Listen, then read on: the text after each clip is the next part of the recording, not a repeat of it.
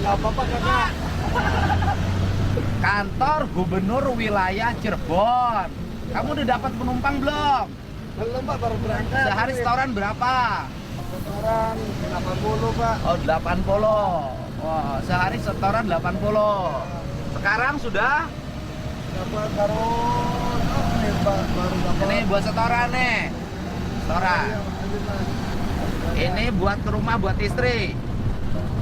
Nih, buat istrinya pulang ke rumah langsung, nggak usah angkut hari ini. Biar istrinya bahagia, ajakin jalan-jalan. Pakai angkut ini istrinya ajak jalan-jalan hari ini, bener nggak? Bener pak. Kan setorannya udah dapat, ajak makan yang enak, ya kan? Ojo kelalen apa artinya?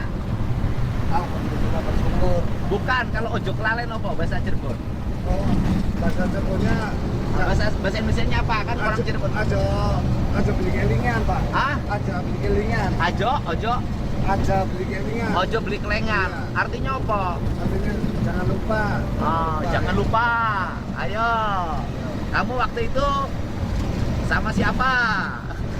Enggak pak. Alah. Udah punya istri? Udah pak. Ini sehari dapat berapa?